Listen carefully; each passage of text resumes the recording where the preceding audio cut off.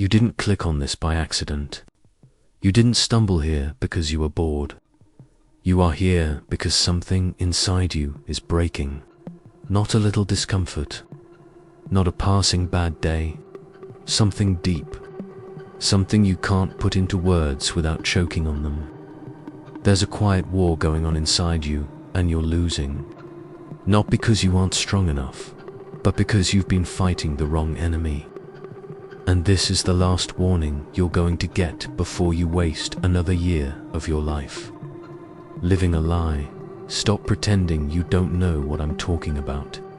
Stop telling yourself this is just stress, that you just need rest, that if you get a raise or a vacation or someone finally gives you the love you've been waiting for, this will go away. It won't, because this isn't about what's happening outside of you. It's about what's dying inside of you. Every day you wake up, put on the same mask, play the same role, follow the same script that was handed to you years ago, maybe by your parents, maybe by teachers, maybe by a world that needed you to stay obedient and predictable. You post the smiling photos, laugh at the right jokes, nod at the right times. And at night, when you're finally alone, it hits you. The silence, the emptiness, that little voice that says, "This is not me. This is not my life," and you hate it because it's right. Carl Jung warned that what you ignore about yourself will control you from the shadows. And that's exactly what's happening. The part of you that you keep locking away, the angry, reckless, hungry, unapologetic part, is clawing at the walls of your mind. It doesn't care about your job title. It doesn't care about your reputation. It doesn't care about keeping the peace. It cares about one thing, becoming real. And until you face it, until you stop running, you will feel more and more like you're rotting in your own skin. This is why you clicked. Because you know something is wrong. You can't even enjoy the distractions the way you used to. Scrolling endlessly, streaming shows, hanging out with people you don't really like. All of it feels hollow now. The games you played to keep yourself numb aren't working. And that terrifies you. Because if you can't stay numb, you'll have to finally face the truth. Look at yourself honestly for a second. How many times have you swallowed your words just to keep someone else comfortable? How many times have you felt that rush of anger or sadness or joy and killed it before anyone could see? How many times have you lied to yourself about what you really want because it was easier to stay quiet than risk being seen? You are addicted to being acceptable. You've built a whole personality out of being who they wanted you to be. And that persona, that carefully curated image, is now suffocating you. Jung said that the greatest tragedy of a human life is to become identical with your persona, the mask you wear. That is what modern society rewards. The nice employee, the good child, the pleasant partner, the agreeable citizen. They don't want you to think too much. They don't want you to ask too many questions. They want you manageable, predictable, docile. They want you to keep playing your part until you die quietly without making too much noise. And you are starting to wake up to just how deep that programming goes. You can feel it. Every time you sit at that job you secretly hate. Every time you bite your tongue around someone who disrespects you. Every time you laugh when you want to scream. It's that sick, tight feeling in your chest. That is not random anxiety. That is your soul screaming at you, "Stop betraying me." But you've been trained to see that scream as weakness. You've been told that discomfort means you're ungrateful, that wanting more means you're selfish, that anger means you're immature. You were taught to be tame, polite, reasonable, even when what you really wanted was to flip the table and set your whole fake life on fire. And I'll tell you something that most people are too scared to say out loud, that urge you have to burn it all down. It's not crazy. It's not self-destructive. It's the most honest part of you trying to break free. Jung called this process individuation, the painful, terrifying transformation where you stop living as a copy of someone else's expectations and start becoming who you actually are. But here's the ugly truth about that process. It feels like dying. Because in a way, it is. The version of you that everyone knows. The one who follows the rules, who keeps the peace, who never takes up too much space. That version has to die. And your ego will do everything it can to stop that death. It will bargain. It will rationalize. It will distract you. It will whisper, just one more year. Just one more job. Just one more relationship. Anything to keep you from pulling the trigger on the old life. But deep down, you know you're running out of time. How many more years are you willing to give away to a life that quietly murders your soul? How much longer are you going to pretend that this is enough? There's a reason you feel restless even when things are going well. Because well is not the same as alive. And here's the part that should scare you. If you ignore this calling long enough, you won't just stay stuck, you will break. The psyche has a brutal way of forcing change when you resist too long. Emotional breakdowns, sudden, explosive anger, apathy so deep it feels like death. This is not just depression or burnout. It's the unconscious saying, if you won't do something, I will. Think about all the little ways you've already started to sabotage your fake life. Showing up late, picking fights, fantasizing about running away, zoning out at work. That's not laziness. That's rebellion. The real you is trying to claw its way to the surface. And every time you push it back down, you make it angrier. So stop lying to yourself. Stop waiting for permission. Stop thinking someone is going to come along and rescue you. No one is coming. There will be no perfect moment where you feel fully ready. This is it. This moment, right now, with your chest tight and your heart racing. This is the invitation. Yes, it will be hard. Yes, you will lose people. You might lose everything. Your friends might not recognize you anymore. Your family might think you've lost your mind. But the alternative is worse. Staying in this slow, polite death until one day you wake up at 70 and realize you were never really here. You don't need more time. You don't need more signs. You don't need to keep overthinking it. You need to act. You need to say no to the things that drain you. You need to start telling the truth, even when your voice shakes. You need to let the fake version of you burn so the real one can finally breathe.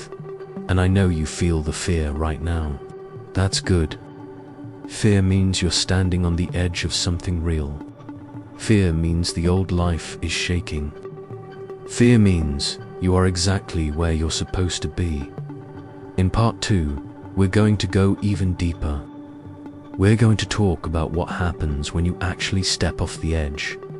When you stop explaining yourself, stop apologizing, stop begging for approval, and what kind of person you become on the other side. It's darker, it's lonelier, but it's real. And once you taste that freedom, you will never, ever go back. You've felt it building.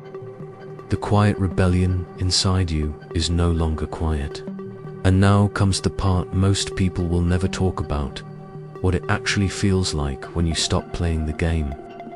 This is the point of no return. The moment you stop explaining yourself, stop seeking permission, stop watering yourself down just to be liked. The first thing you need to know is this: the world will not clap for you. The moment you start living honestly, you will feel the weight of every unspoken expectation crash down on you. People will call you selfish, arrogant, difficult. They'll say you've changed, and they'll mean it as an insult. And you'll have to stand there, heart pounding, and say nothing. No excuses, no explanations. Because the moment you explain, you've lost. You're going to lose people. Let that sink in. You are going to lose people you love. Friends who were never really friends. Partners who only loved the version of you that kept them comfortable. Family members who would rather have the obedient you than the real you. They will leave. Or worse, they will turn on you. They will try to guilt you back into the box. They will bring up everything you've ever done wrong, every debt you owe, every reason you should stay small. And in those moments, you will want to break. You will want to rush back, say I didn't mean it, take it all back just so you can stop feeling like a villain. But listen carefully. This is the moment that separates the few who become free from the many who stay prisoners forever. If you give in here, if you crawl back to the old life, you won't just lose respect, you will lose yourself. Carl. Jung said that no tree can grow to heaven unless its roots reach down to hell. That's what this is. This is your descent into hell. The loneliness, the guilt, the grief of shedding everything that kept you safe. You will sit in rooms that used to feel warm and feel like a stranger. You will look at the faces of people you used to please and realize you don't recognize them anymore.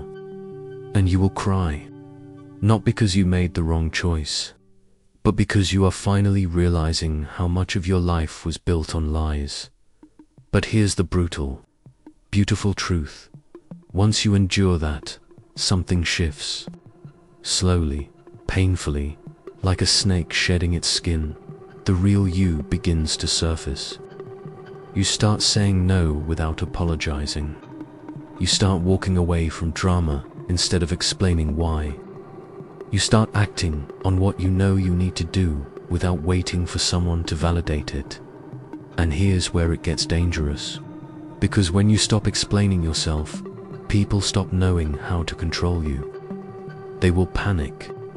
They will throw every manipulation they have at you. Guilt trips, silent treatment, rage. Some will even cut you off completely. And as much as it hurts, you will feel something shocking underneath the pain. Relief. You will start to notice just how much of your energy used to go into managing everyone else's emotions. How much time you spent trying to be understood, to be liked, to be forgiven.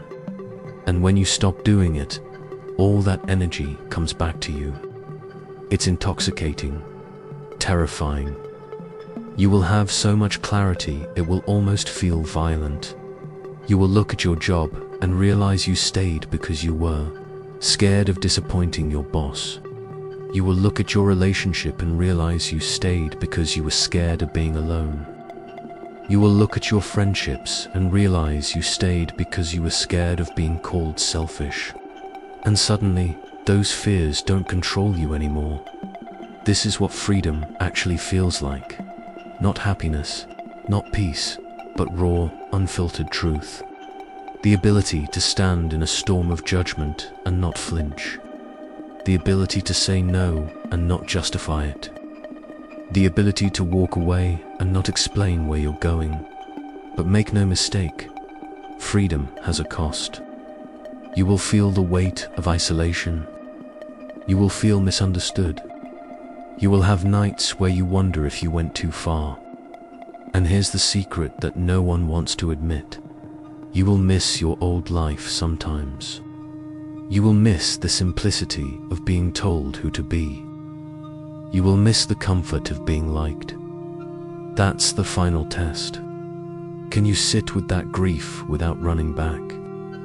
Can you hold that loneliness without betraying yourself again? If you can, you will discover something most people never find yourself. And when you do, when the fog finally lifts.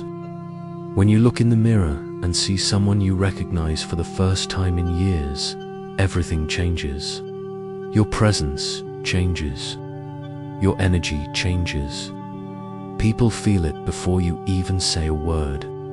Some will be drawn to you because deep down they crave the same freedom.